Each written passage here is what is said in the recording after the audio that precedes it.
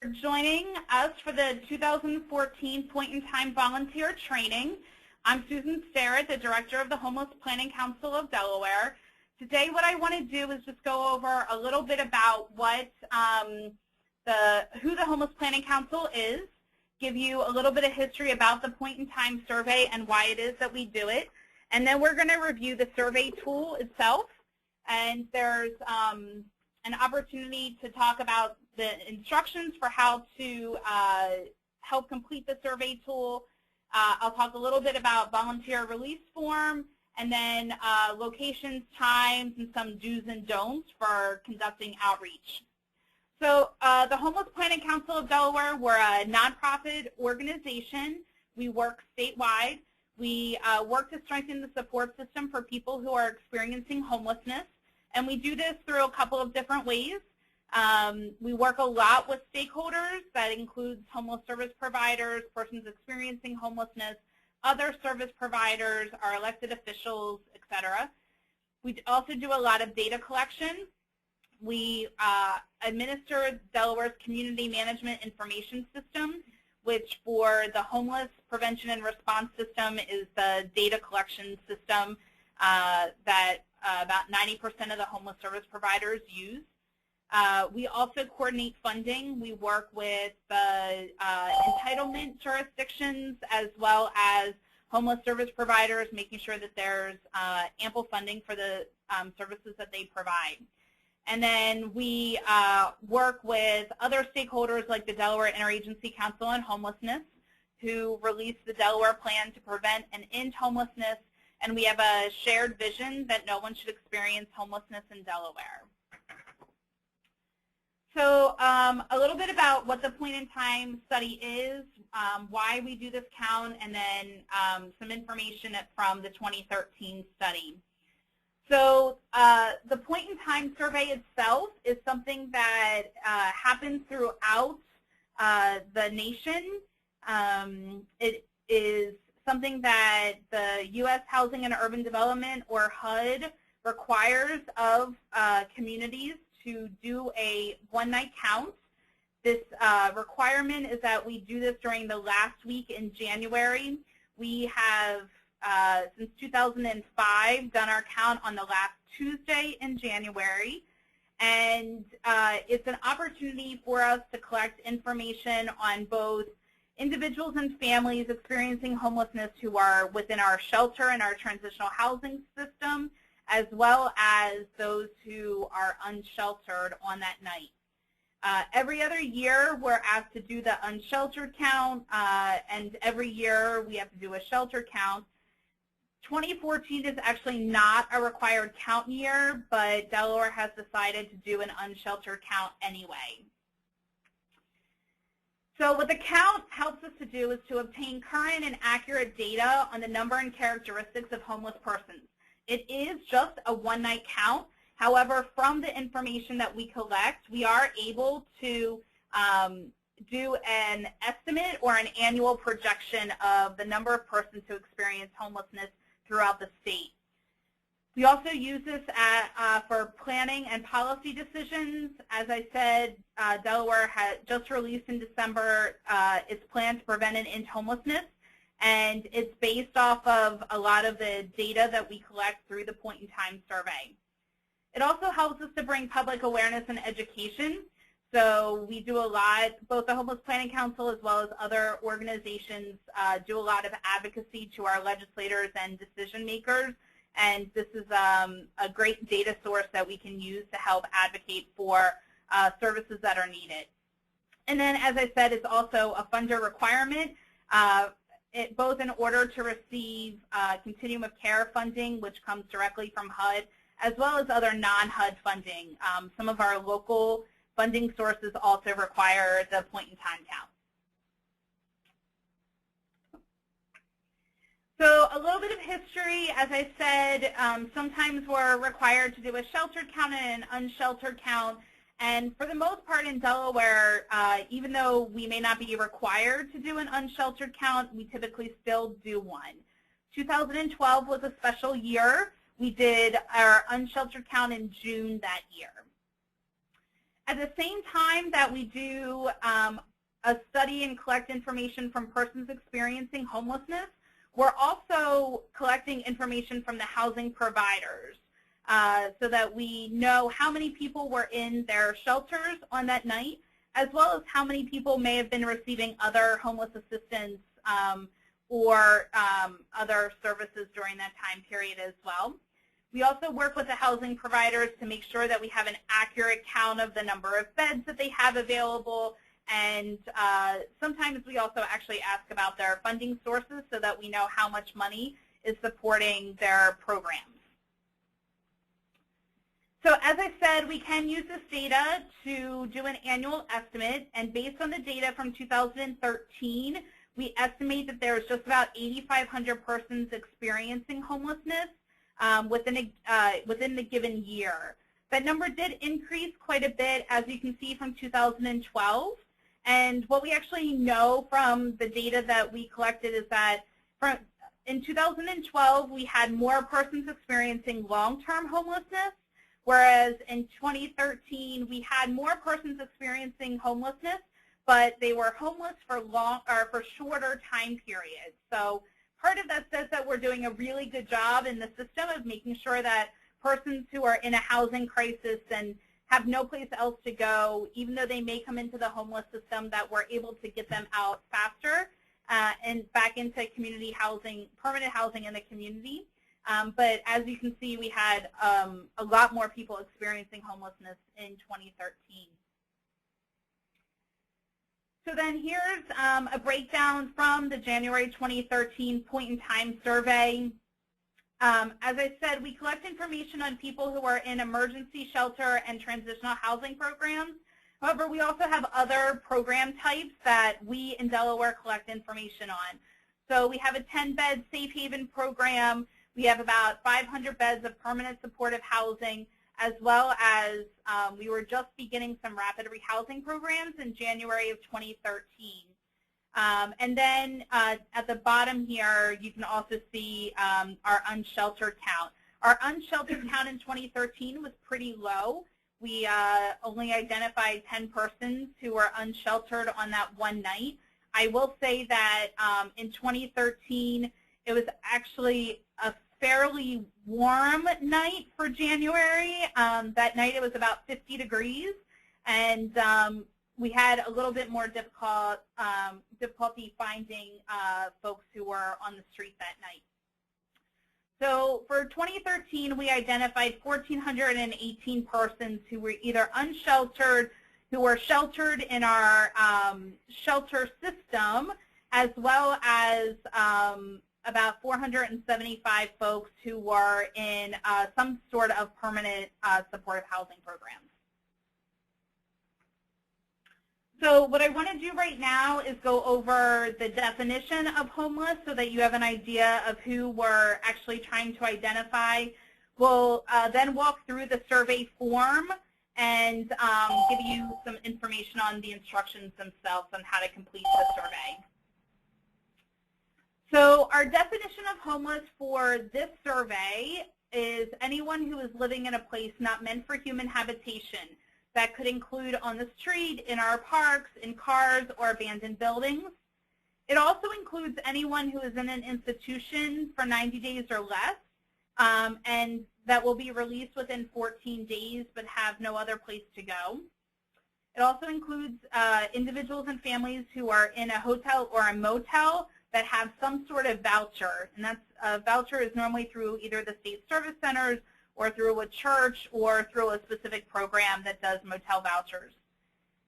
We also collect information on youth who are in specific youth programs, and so we work with some of our youth programs to capture information there.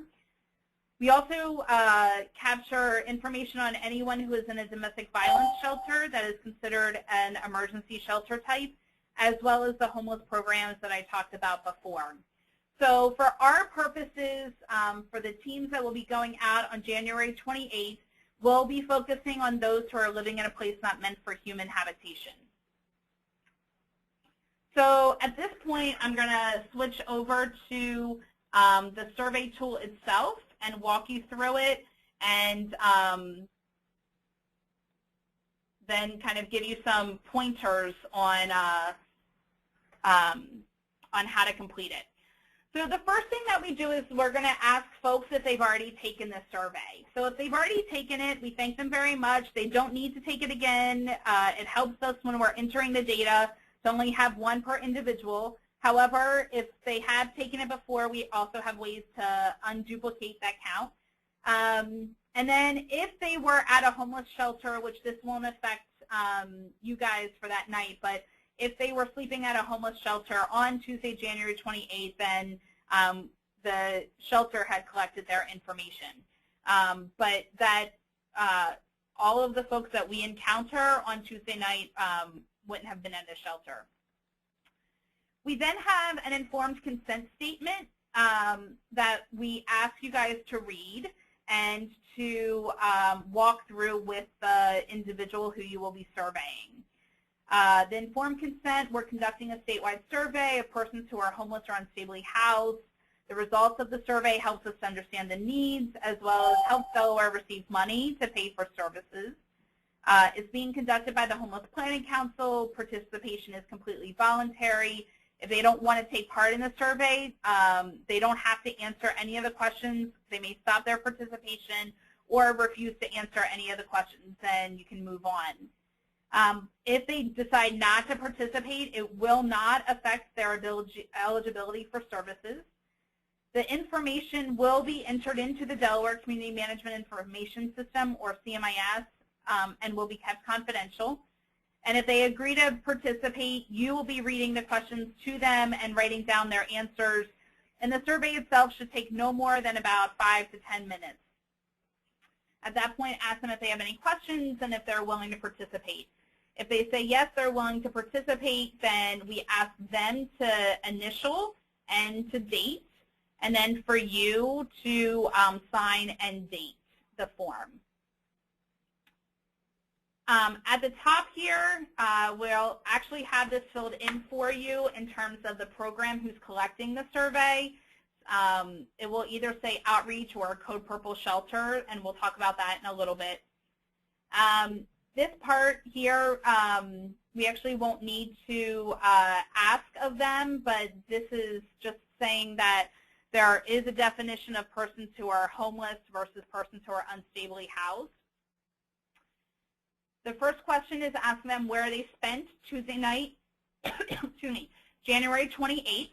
And for our purposes, we will also have this filled out because they'll either be on the street or in a place not meant for human habitation, or if we're collecting the information from a Code Purple shelter, we will fill in here under other the Code Purple shelter's name. Well, then ask you to complete what city, town, state, and zip code they're in. We do collect both full name, full first name, and full last name. If they only want to give initials, that's fine. We just ask that we get at least 3 initials of the first name and 3 initials of the last name. Asking for their date of birth, their social security number, if they're willing to give it to us. If they don't want to give us the whole thing, the last 4 digits is great. What their gender is, male, female, or transgender. Are you Hispanic, yes or no? How they would describe their race. We do ask them to check only one, and then we have an option here for multiple races if they feel like they want to check more than that. Question 8A, do you have you ever had, or has a healthcare provider ever told you that you have any of the following conditions? And we have a list here of different disabilities. Again, I said that we do collect all this information and that we know that this is very sensitive data and information about the individual. All of their responses will be kept confidential. However, there's some clients who, just depending on kind of where you are in, conducting the survey with them, at this point you may want to show them this list and have them go down and say yes or no if they are able to read that. Otherwise, please go down and ask them to say yes or no to each of the listed disabilities here. Question 8B, within the past 3 months, how many times have you visited the emergency room? And that would be since October or Halloween. Within the last year, how many times have they been hospitalized? And by this, I mean that you were admitted to the hospital for 1 night or more. Question 9, have you ever served in active duty in the U.S. military? Yes or no? And for this question, we are asking if they served in active duty in the military. Here in Delaware, we have a lot of folks who have served or are currently serving in the National Guard, but were never called up to active duty. And that may be something that you would note in the side of the form, but that would be a no response to that question. So again, just really wanting to know if they've ever served in active duty in the military. Question 10, have you ever been incarcerated? Question 11, were you ever in the foster care system? We do ask questions about their total monthly household income from all sources. If they have 0 income, then you're going to skip to question 13. Otherwise, if they have income, we ask them to check as many as applicable what the sources of their income are. Question 13, what is your zip code of last permanent address? And this is where they have stayed for 90 days or more for the last time. Some folks may not be able to answer this question, and that's fine. If they don't know where they stayed for 90 days or more, you can use the current zip code of where they are at that point. Question 14, these questions is where we are getting to identify if people are individuals or if they have other family members that they are staying with. I will say probably about 99% of the folks that you would encounter are individuals. However, we may have some couples who are out there, and if we obviously run into families, then we would collect this information. So for question 14A, on that Tuesday night, were your family members staying with you who also were without a permanent place to live? And then if no, you're actually going to skip to actually, I have to change this. I think it's page 6. Skip to page 6 to answer the rest of the questions. If they had other members of their household who were without a permanent place to live, then we answer 14B, C, and D. Wow, you can tell how much I did some proofreading. 14B, including yourself, how many persons were adults and how many were children? We ask them to describe their relationship to the head of household. Either they are the head of household or there's another adult member who they consider the head of household. And then which best describes your household composition? Couple with children, couple with no children, female single parent, male single parent. They may be some other adult with children, or they may be 2 parents and a child or children. At that point, we then ask you to complete the following chart for each of the minor members of the household. So for the minor members, we would enter their name, their date of birth, gender, race, ethnicity, and then their relationship. So if they're a daughter, a son, a grandchild, whatever it might be. We fill this out for all of the minor members of the household. If you happen to come across someone who has more than 4 minors in their household, then we just ask you to the best of your ability to write that information either in the side margins, or there's some space here on the bottom of the page as well. So everyone that we encounter will be homeless, so we ask you to answer the questions on page 6 as well. And so question 15, including this time, how many times in the past 3 years or since 2011 have you been homeless? If you've been homeless before this time, was that within the past 12 months? And then the last few questions are about this episode of homelessness. What is the primary reason for your homelessness? And we ask them to check only one. How long have they been homeless this time? Were they living in Delaware when they became homeless? And if they weren't, if they came to Delaware within the past 7 days? And then, is this episode of homelessness a result of domestic violence? And then that is the end of the survey. As I said, it should take probably between 5 and 10 minutes, depending on how talkative the individual is, and if they're a family, how many members of the family they have. So I'll leave this up, but I'm going to go back to the presentation. So it's just some important things to remember when conducting the survey. Again, we ask that you read through the consent statement and have the client initial and date the statement, and then you sign and date it. Remember to put your name, the name of the program, either Outreach or Code Purple, on every survey. We will try to do this for you in advance, but if for some reason you get a copy that does not already have the name of the program, then please fill that out. If there's an answer choice that has a blank line after it, please check the checkbox and then include a description on the line itself. The bold arrow means ask the very next question, but then we also have skip patterns outlined on the survey as well, so just please make sure that you're following the skip patterns.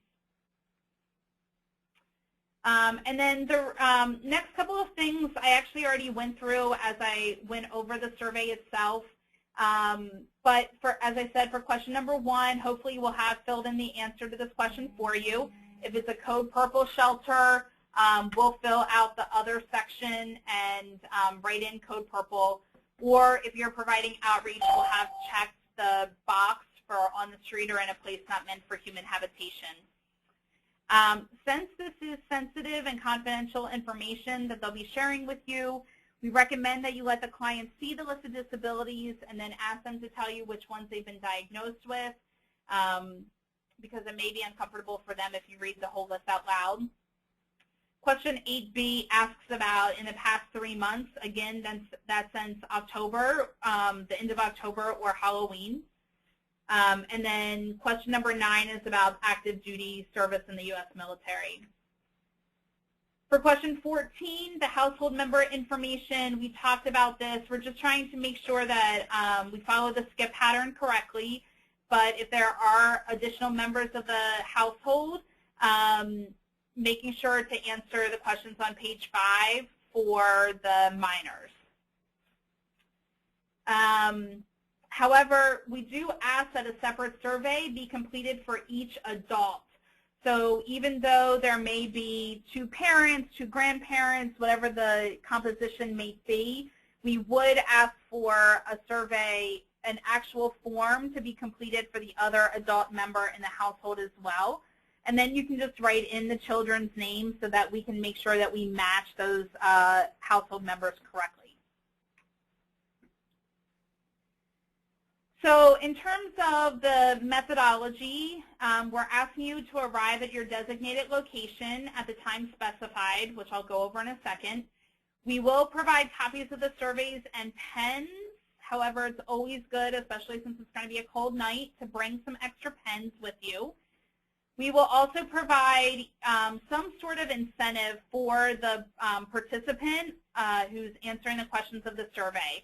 So that may be snacks, it may be a sandwich, or it may be a flashlight or something like that. Your headquarter leader will have all of that.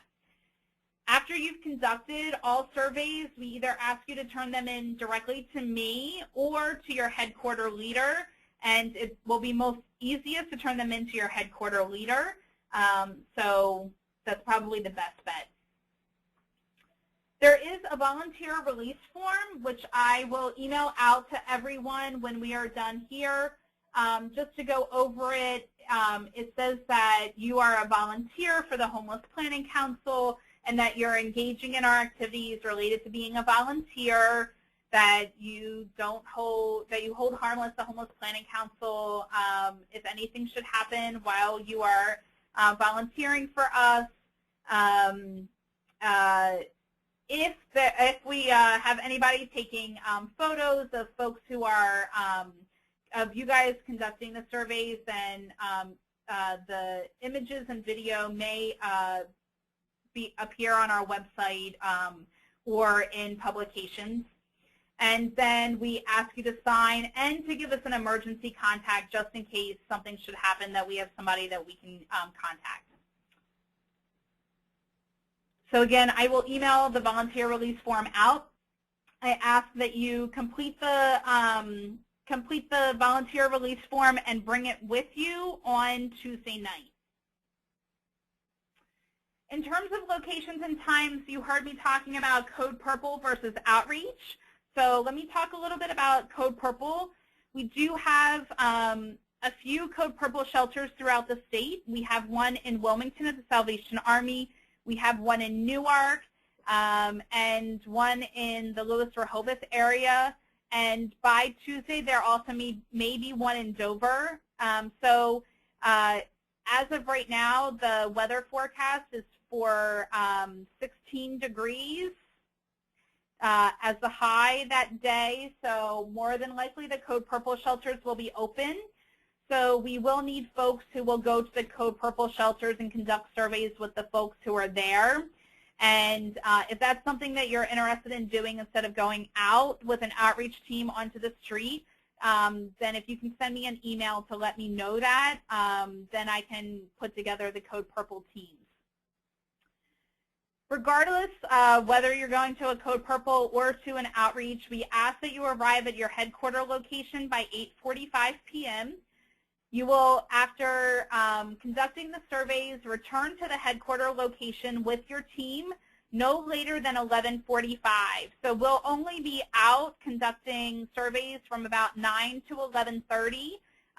You may actually return sooner than that. It will just depend on kind of how big your area is and how many individuals you identified. And then return all survey forms to the headquarter leader before departing. So here are the headquarters. In Wilmington, whether you're doing the Code Purple shelter or doing outreach, we will meet in front of the Salvation Army, which is located at the corner of 5th and Orange Street. We ask you, again, to arrive at 8:45, and then you'll go out around 9 o'clock and finish around 11, 11:30, 11:45, kind of depending on how many people you encounter.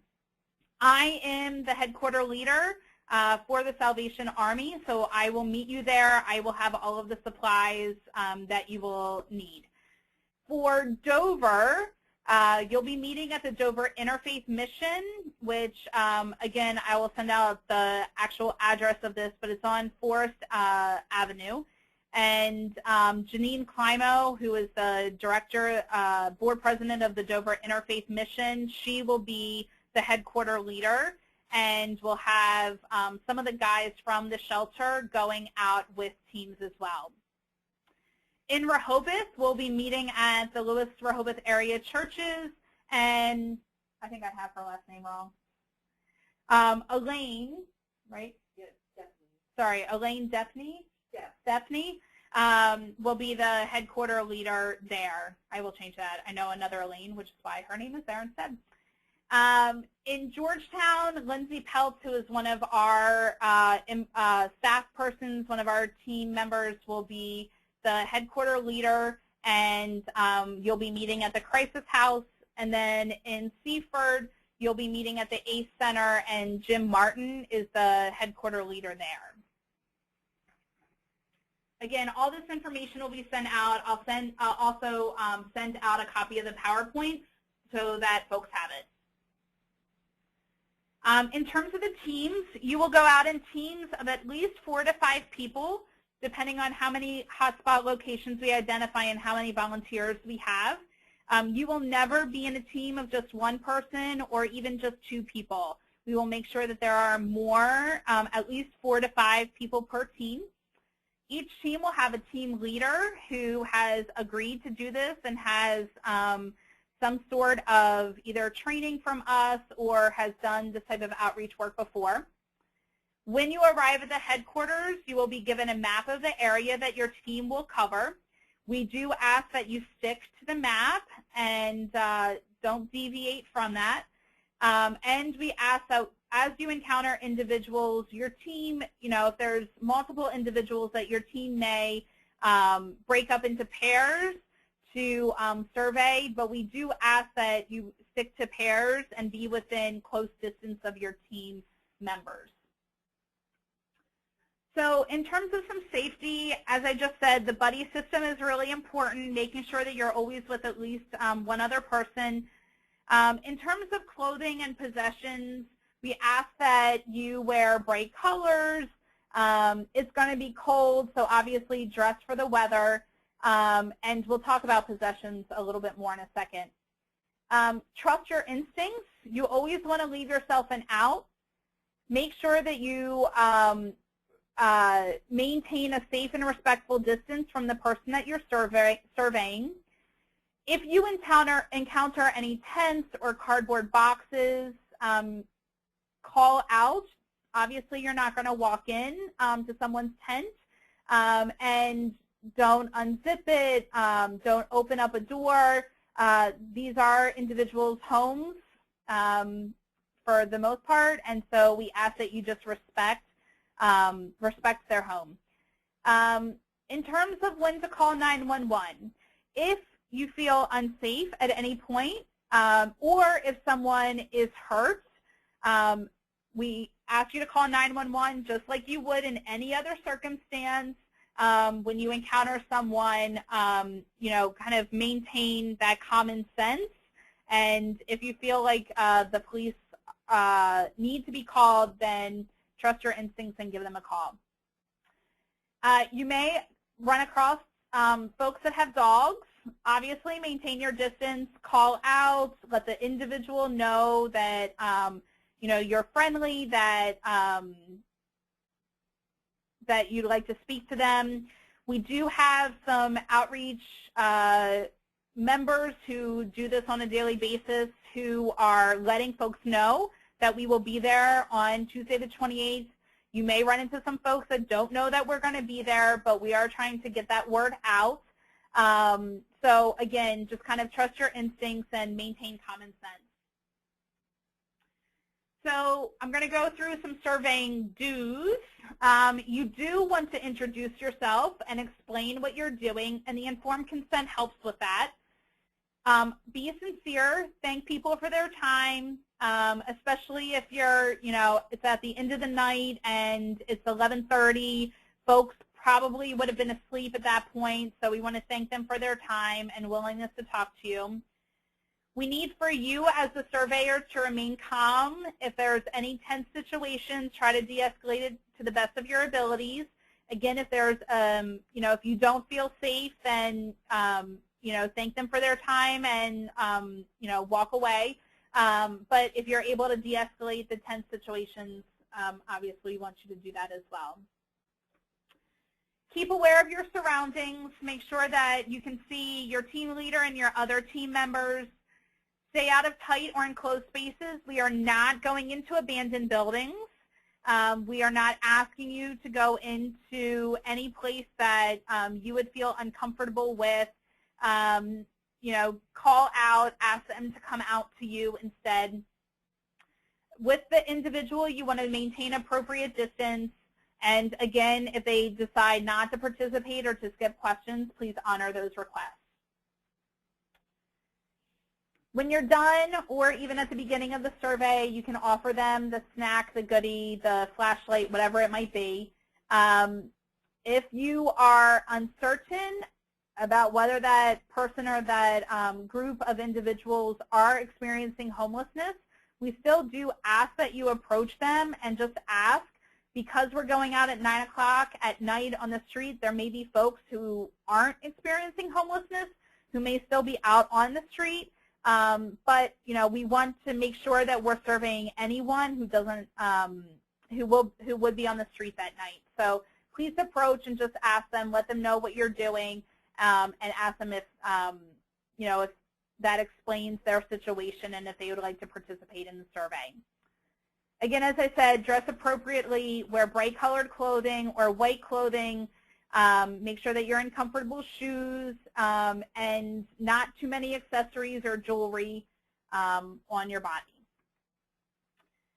We ask that you carry, obviously, an ID and a cell phone with you, but to leave other valuables behind. I wouldn't take money. I wouldn't, be wearing your best jewelry out on the street. It's good to have a backpack or some sort of bag, though, where you can carry the surveys and pencils and things like that with you, and the snacks. You can always check with your team leader, and your team leader will have the headquarter leader's contact information, so you can so they can always get a hold of us as well. So some surveying don'ts. Don't touch people to wake them up or otherwise. Make sure not to invade someone's personal space. We are not mandating anybody's participation in the survey. Don't panic, because if you panic, then they're going to panic, and that will just increase the situation. Don't put yourself or anyone else in a danger. Please don't be judgmental. Folks are out on the street because that's where they have to be that night. But let's not judge them for that situation. And we are not promising any housing or services. We are just there to collect information so that we can better understand the homeless situation in our community. I think some of these are probably pretty self-explanatory, but I'll say them anyway. We also don't give out money. We don't offer rides. Don't deviate from the survey. People may be very interested in telling you their story, and if you want to listen to that, that's fine, but don't probe them for additional information. We're just asking the questions that are on the survey form. Again, don't separate from your team. Make sure that you can always see someone. Don't use any fancy technology, iPhones, smartphones, whatever the case may be, in front of the survey respondents. Please do not wear all black. If you have a black coat, make sure that there's something on there that is colorful so that people can see you. And during the survey or after the survey, we ask that you don't share any confidential information. So that's either your story or your information or theirs. And that's part of what the volunteer release form says as well. So in terms of body language, again, don't crowd anybody. Aiming for a 45-degree angle when you're surveying, and getting down to their level. If they are, inside their sleeping bag or under their blanket, whatever it may be, get down to their level if you're able to conduct the survey so that they feel more at ease at that point. So what we're asking you to bring, we will have for you the surveys, pens, and the goodies. If you can please bring with you a clipboard or something sturdy to write on, flashlights, obviously appropriate dress. It is going to be cold out there, and a cell phone so that you can be reached or that you can call someone else. As of right now, it does not look like there will be any precipitation that night, no snow. But if there is, obviously, either an umbrella might be appropriate to bring as well. And again, it's good to bring a backpack so that you can carry all the stuff that we're going to give to you and the stuff that you're going to bring with you. So that is what I have in terms of my little presentation. So what I'm going to have right now, I'm going to, there we go. I'm going to unmute you and so that you can ask questions. I did have one question came in that asked, will we have written instructions to refer to? So what I'm going to do is I'm going to send the PowerPoint to you so that you can review that again if you feel the need to.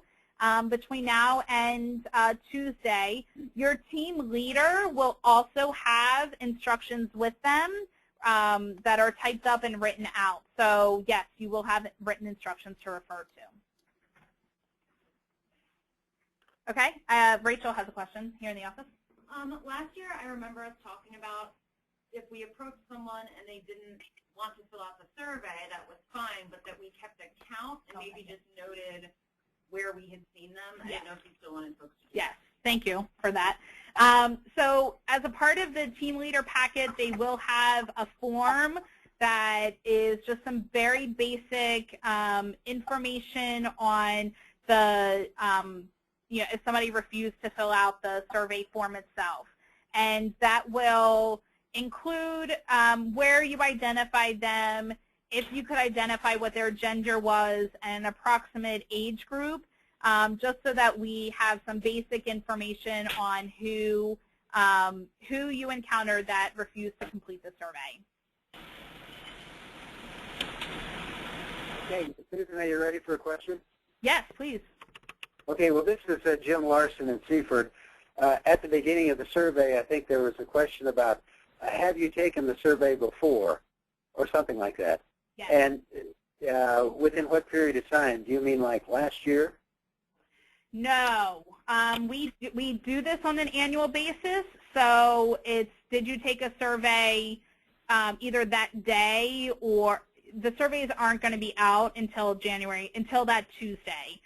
So more than likely, anyone that we encounter on Tuesday night will not have taken the survey before, because the first time that we're doing the survey is that night. Oh, so it could be somebody like part of our team maybe got to that person before we did, or something like that evening. Correct. Okay, very good. And then the questions are couched in terms of you have already spent the night on the 28th, but we're in the middle of that, so I guess we're assuming that where we find them at that time is the way it's going to be the rest of that evening. Correct. We want to know where people were on the night of Tuesday, January the 28th. There may be some folks who at some point in time during that night may, go someplace else, but when we encounter them, we'll be capturing where they were at that point. Okay, but can't we just, we can look around and say where they were, can't we, without asking them that question? Yes. And the only information in terms of their location is the city or town, and then Right. if you know the zip code of where they are. Okay. Okay, very good. Do you have the phone numbers of like the team leaders? Yes, all of that will be sent out via email between now and Tuesday morning. Very good. Thank you very much. That's all I have. Okay.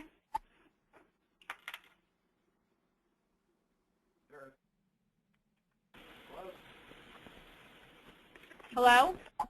Hi there. I have a question as well. Sure.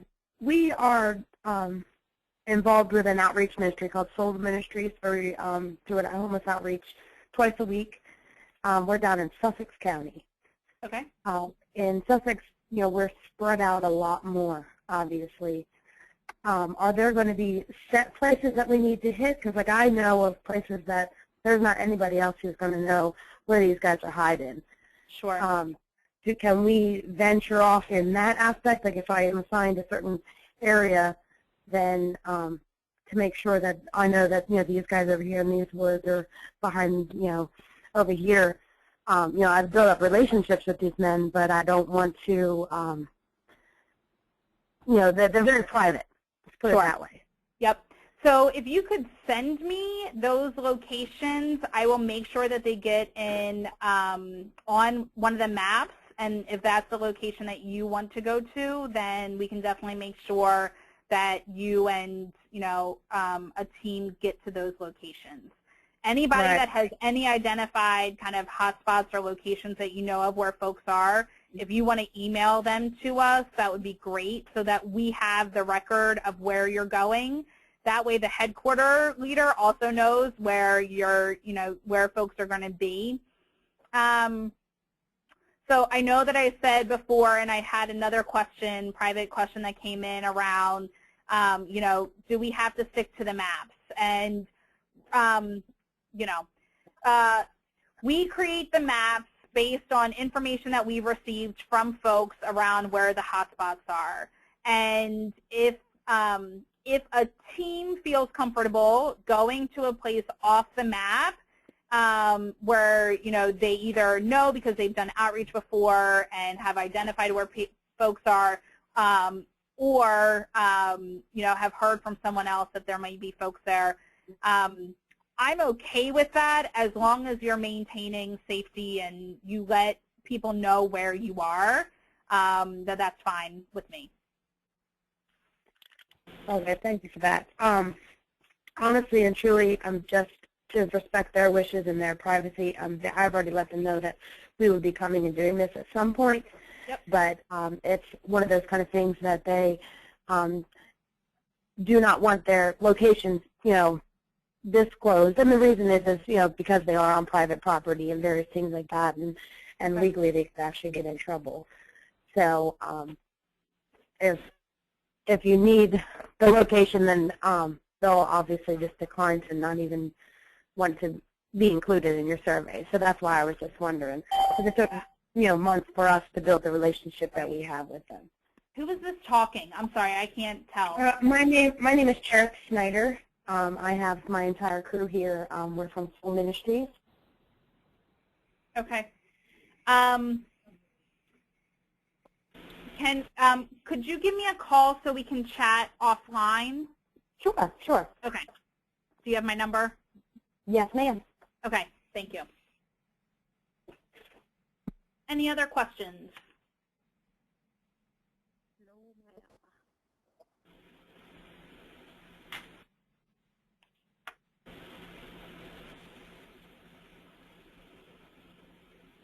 Okay. Let me just check the chat just to make sure that I answered any questions that were on there.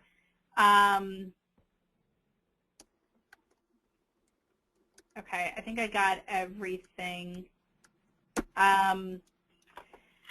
If you have a specific place in your community that you would like to go to and want to be on a team that is assigned to that area, or if you have people who you want to be on a team with, then email or call me and let me know that, so that when we do the team assignments that we can make sure that you're going to an area or that you're with other folks who you know, who you want to be on a team with.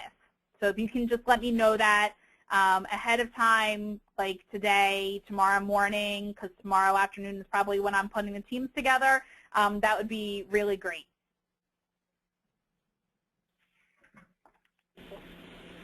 Okay. Any other questions, concerns that anybody has? Hi, I'm sorry. I have one question. Rob Cologne from Soul Ministries. From looking at the towns, there's a pretty good spread, but then, like the most southern part of Sussex, which is Fenwick Island, Selbyville, all the way up through Gumboro and Delmar, none of those places are on the map. But with us going to Salisbury once a week, we travel through those areas. So are we going to be adding little town? Like, how's this going to work? Like, if we're driving through little towns, it'd be nothing for us to stop through there. Yes, and I think that that's something that we can talk offline about with your group. I think that would be really helpful. And the other thing that I just want to say is, even though we have a concerted effort to go out on Tuesday night, January 28th, we actually collect this information for that entire week.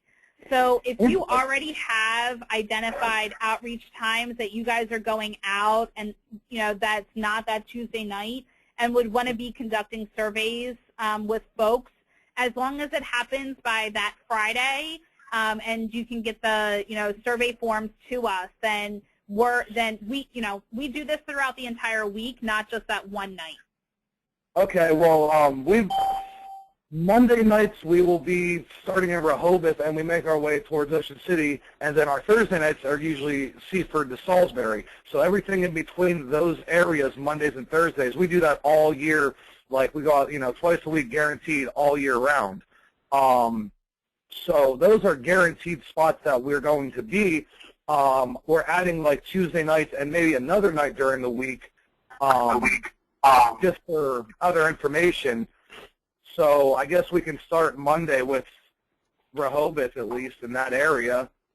Well, we can't do Monday night because we need to know where folks are on Tuesday night. So the survey starts on Tuesday and then goes through.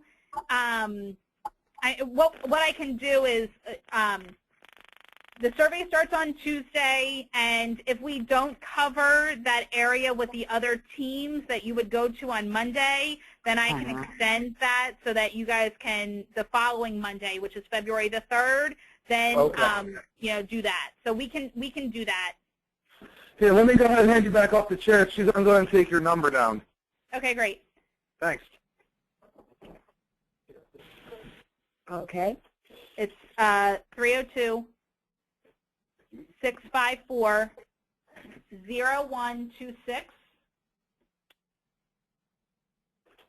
Okay. It's here on the screen too, and I'm at extension 101. All right. Thank you. Yep. Okay.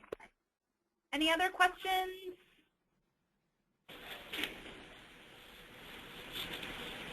All right. Well, thank you guys so much for joining us, and I look forward to meeting some of you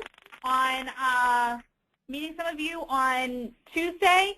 And for those of you who I don't meet, again, thank you so much. And you will get quite a few emails from me between now and Tuesday.